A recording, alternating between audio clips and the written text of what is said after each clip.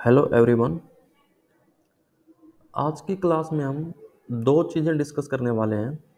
एक तो हमारा वेरिएबल और सेकंड अपना है JSX।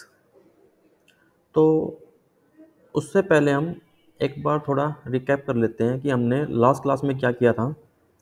हमने लास्ट क्लास में एक सिंपल अपनी रिएक्ट की एप्लीकेशन क्रिएट की थी और यहाँ पर अपना जो रिटर्न है इसके अंदर जो भी लिखेंगे वो अपना ब्राउज़र पर डिस्प्ले हो जाएगा। और यहाँ पर आपकी एक कंडीशन थी कि हमें अगर यहाँ पर मल्टीपल HTML एलिमेंट्स को लिखना है तो फिर हमें उनको एक सिंगल रूट एलिमेंट के अंदर रैप करके लिखना पड़ेगा, अदरवाइज वो एरर देगा। और हम जिस सिंगल एलिमेंट के अंदर रूट एलिमेंट के अंदर जिनको रैप करके रख रहे हैं वो अपना है div। अगर इनको रैप करके नहीं रखेंगे तो ये एरर जनरेट करेगा, जो कि हमने लास्ट क्लास में देखा था। देन फिर हम आज का टॉपिक करते हैं स्टार्ट। तो सबसे पहले हम बात करते हैं वेरिएबल्स की कि हम यहाँ पर वेरिएबल्स को कैसे डिक्लेयर कर सकते हैं और देन उसको कैसे हम डिस्प्ले करेंगे और उन पे कैसे हम ऑपरेशन को परफॉर्म करेंगे। तो हम ये डिव के अंदर वाला कंटेंट है, एक बार इसको यहाँ से कर लेते हैं डिलीट। तो यहाँ पर हम एक वेरिएबल डिक्लेयर कर लेते हैं, let a is equal to 100। तो जो चीज़ आपको डिस्प्ले करवानी है वो आपको लिखनी है इनसाइड द रिटर्न, और आपकी जो नॉर्मल जावास्क्रिप्ट है वो आपकी आउटसाइड द रिटर्न स्टेटमेंट आएगी। रिटर्न के बाहर आपको नॉर्मल जावास्क्रिप्ट लिखनी है और जो चीज़ हम डिस्प्ले करना चाहते हैं वो आपका रिटर्न के अंदर आएगा, एक सिंगल रूट एलिमेंट के अंदर, जो कि आपका div है। तो हमने एक एलिमेंट वेरिएबल ले लिया अपना a, जिसकी वैल्यू 100 है, और हमें इसको यहाँ पर डिस्प्ले करवाना है। तो अगर कोई भी वेरिएबल अगर उसको हमें डिस्प्ले करवाना है तो उसके लिए हमें यहाँ पे दिया होता है कि अगर हम कर्ली ब्रैकेट्स लगा के उसके अंदर अपने वेरिएबल का नाम लिख देंगे तो वो वेरिएबल आपका स्क्रीन पे डिस्प्ले हो जाएगा। तो हमें कोई भी जावास्क्रिप्ट के वेरिएबल को यहाँ पर डिस्प्ले करवाना है तो उसके लिए आपको सिंपली कर्ली ब्रैकेट लगानी है और उसके अंदर अपने वेरिएबल को लिखना है। यहाँ पर हम कर्ली ब्रैकेट का यूज़ करके अपने वेरिएबल को भी डिस्प्ले करवा सकते हैं, या फिर हम आगे कोई भी जावास्क्रिप्ट जब हमें लिखने की रिक्वायरमेंट पड़ेगी तो भी हम कर्ली ब्रैकेट लगा के यहाँ पर रिटर्न के अंदर अपनी जावास्क्रिप्ट भी लिख सकते हैं। तो हम यहाँ पर अपनी एप्लीकेशन को कर लेते हैं स्टार्ट। उसके लिए हमारे पास लिखना था हमें npm run and dev, और यहाँ पर एंटर करते हैं, जो कि हमें एक URL देगा। इसको कॉपी कर लेते हैं।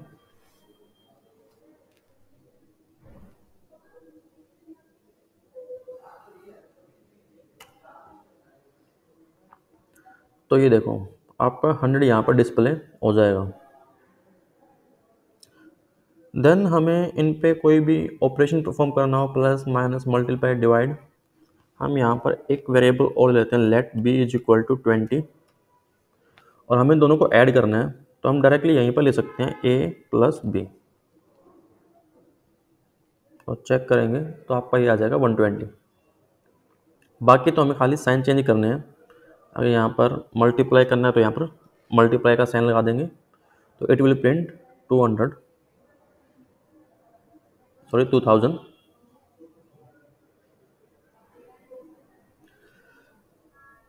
देन हम वेरिएबल के थ्रू भी यहाँ पे कोई ऑपरेशन परफॉर्म कर सकते हैं, या फिर हम डायरेक्टली भी यहाँ पे कोई वैल्यू लिख सकते हैं। मान लो कि हम यहाँ पे लिख दें 100 प्लस 200, तो भी ये इस एक्सप्रेशन को इवेल्युएट कर देगा और ये प्रिंट करेगा 300।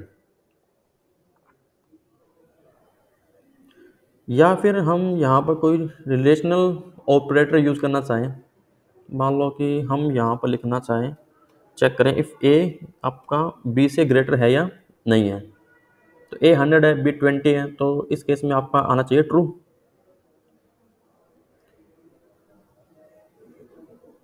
बट यहाँ पर आपका रिलेशनल एक्सप्रेशन है वो आपका डायरेक्टली एवेल्युएट नहीं होगा, कि हमें यहाँ पर देना भी पड़ेगा कि अगर ये कंडीशन ट्रू है तो फिर हमें क्या काम करवाना है, वो फिर हम बाद में देखेंगे।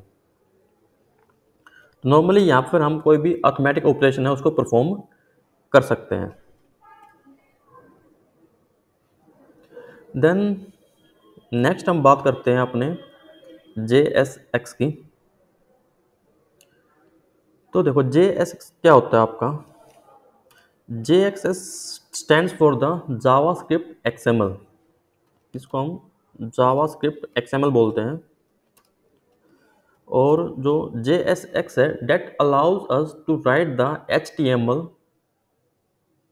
inside the JavaScript। So JSX हमें अलाउ करता है कि हम अपने HTML एलिमेंट को जावास्क्रिप्ट के अंदर राइट डाउन कर सकते हैं। अब इसका मतलब क्या हुआ, तो इसको समझने से पहले हम एक बार थोड़ी जावास्क्रिप्ट की बात करते हैं कि अगर हमें जावास्क्रिप्ट के अंदर कोई एलिमेंट क्रिएट करना है, यानी कोई HTML एलिमेंट अगर हमें क्रिएट करना है, तो फिर हम क्या करते थे वहाँ पर, हम वहाँ पे लिखते थे डॉक्यूमेंट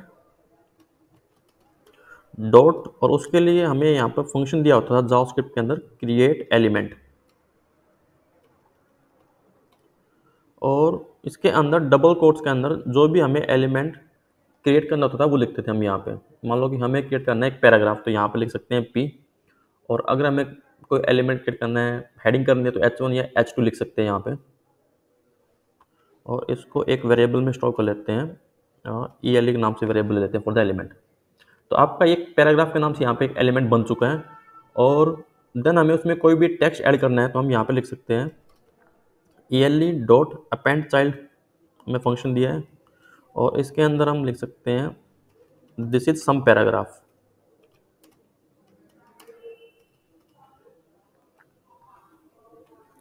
तो आपका एक पैराग्राफ एलिमेंट क्रिएट हो गया है, उसके अंदर हमने टेक्स्ट को ऐड कर दिया है। देन इस एलिमेंट को हम अपनी जावास्क्रिप्ट के अंदर अपने क्रिएट कर लिया है, इसको हम जहाँ पर भी अपने HTML के अंदर इंसर्ट करना चाहें तो हम इसको इंसर्ट कर सकते हैं।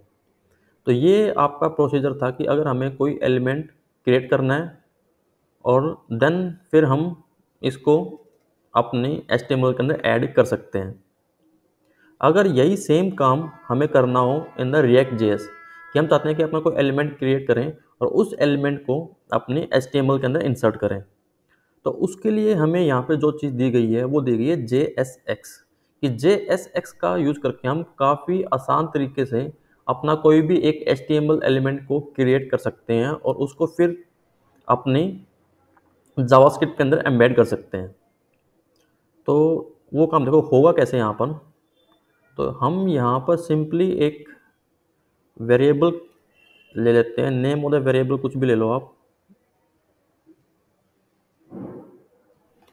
हम यहाँ पर name of the variable element ले लेते हैं, और हमें मान लो यहाँ पर एक पैराग्राफ करना है क्रिएट, तो हम यहाँ पे लिख सकते हैं एक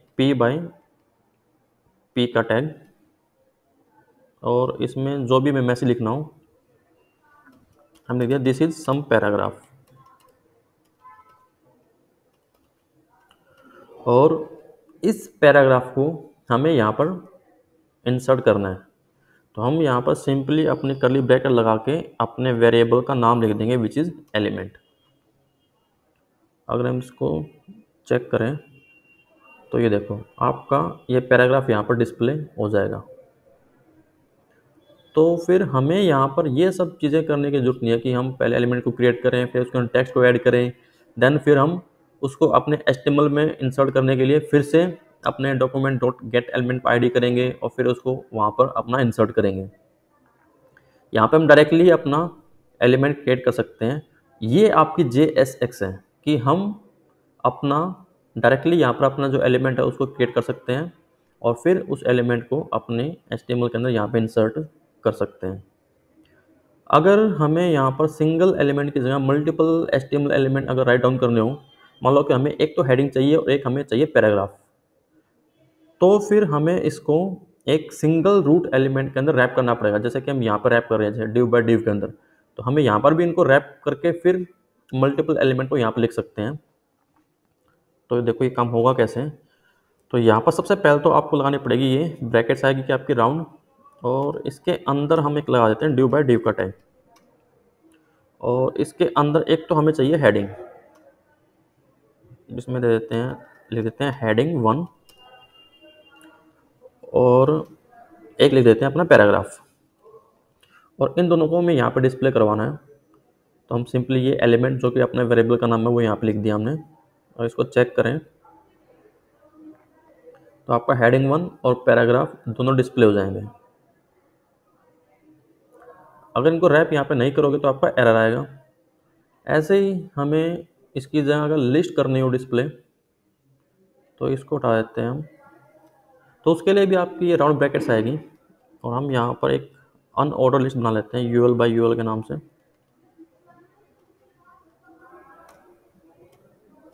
और इसके अंदर हम अपने फ्रूट्स के नाम लिख लेते हैं, एप्पल, बनाना एंड ऑरेंजेस।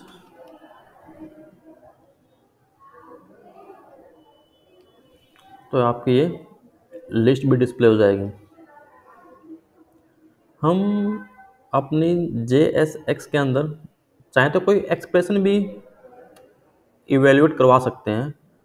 मान लो कि हम इसके अंदर एक और LI लगा देते हैं, और हम चाहें तो इसके अंदर कर्ली ब्रैकेट लगा के यहाँ पर कोई भी एक्सप्रेशन देना चाहें। मान लो हमने दे दिया 10 + 20, तो ये आपका एक्सप्रेशन भी यहाँ पर इवेल्यूएट हो जाएगा। तो ये देखो आपका आ जाएगा 30। तो JSX है हमारे काम को काफ़ी इजी कर देती है कि JSX का यूज़ करके हम अपने HTML को डायरेक्टली जावास्क्रिप्ट के अंदर लिख सकते हैं। बट अगर हम थोड़ी बात करें इसकी कि जो आपका ब्राउज़र है, तो आपके ब्राउज़र को JSX समझ में नहीं आती है, उसको आपकी जो ट्रेडिशनल आपकी जावास्क्रिप्ट है वही समझ में आती है। तो यहाँ पर आपका जावास्क्रिप्ट का कंपाइलर होता है जिसका नाम होता है बेबल, जो कि आपका जावास्क्रिप्ट का कंपाइलर है। ये क्या करेगा, जावास्क्रिप्ट का कंपाइलर आपका जो कि बेबल है, ये हमारे JSX को जो अपनी ट्रेडिशनल जावास्क्रिप्ट है उसमें कन्वर्ट करेगा, जिससे कि आपके ब्राउज़र को वो जावास्क्रिप्ट समझ में आ जाए। अगर हमने मान लो ये लाइन लिखी है यहाँ पे, लेट एलिमेंट लिखा है हमने यहाँ पे इज इक्वल टू, और इसके अंदर मान लो कि हमने यहाँ पे एक पैराग्राफ लिखा हुआ है, दिस इज सम पैराग्राफ।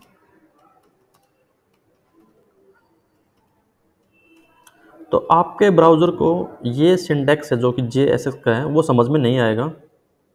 तो फिर रिएक्ट क्या करेगा इंटरनली, या बोलो जो बेबल है वो इसको इसके इक्विवेलेंट जावास्क्रिप्ट के अंदर कन्वर्ट करेगा।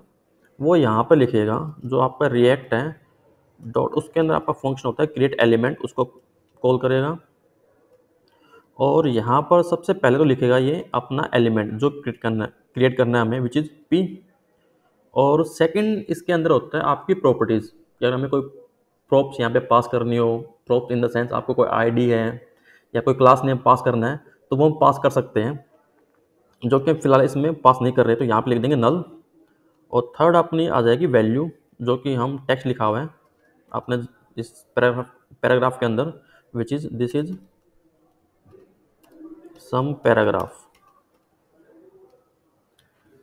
तो आपका जो बेबल है जो कि जावास्क्रिप्ट का कंपाइलर है वो इस JSX को इसके इक्विवेलेंट जो आपकी जावास्क्रिप्ट है उसमें कन्वर्ट करेगा। तो उसको वो ये लाइन से रिप्लेस करेगा, जिससे कि आपके ब्राउज़र को ये JSX का जो आपका सिंटैक्स है वो समझ में आ सके। तो ये आपके आज की दो चीज़ें थी, एक तो अपना वेरिएबल और सेकंड अपना JSX। तो आज की क्लास में हम ये दो ही कंसेप्ट डिस्कस करने वाले हैं। देन नेक्स्ट क्लास में हम बात करने वाले हैं कंपोनेंट्स की, कि कंपोनेंट्स क्या होते हैं और उनको हम कैसे यूज़ कर सकते हैं, उनका क्या फ़ायदा है।